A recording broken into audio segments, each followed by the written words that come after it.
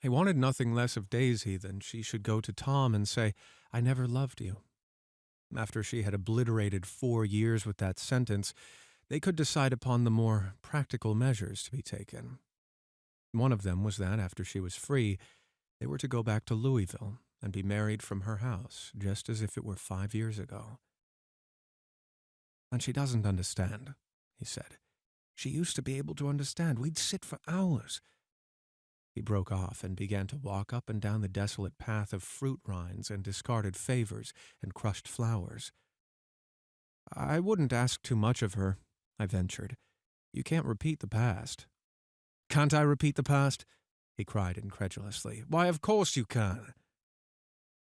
He looked around him wildly, as if the past were lurking here in the shadow of his house, just out of reach of his hand.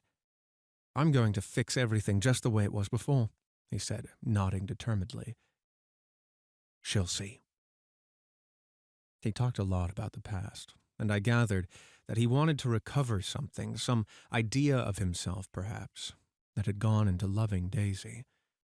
His life had been confused and disordered since then, but if he could once return to a certain starting place and go over it all slowly, he could find out what that thing was. One autumn night, 5 years before, they had been walking down the street when the leaves were falling, and they came to a place where there were no trees, and the sidewalk was white with moonlight. They stopped here and turned toward each other. Now it was a cool night with that mysterious excitement in it which comes at the two changes of the year. The quiet lights of the house were humming out into the darkness, and there was a stir and bustle among the stars. Out of the corner of his eye, Gatsby saw that the blocks of the sidewalks really formed a ladder, and mounted to a secret place above the trees. He could climb it, if he climbed alone, and once there he could suck on the pap of life, gulp down the incomparable milk of wonder. His heart beat faster as Daisy's white face came up to his own.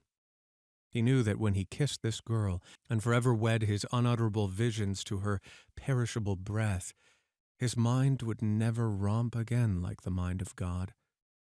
So he waited, listening for a moment longer to the tuning fork that had been struck upon a star. Then he kissed her.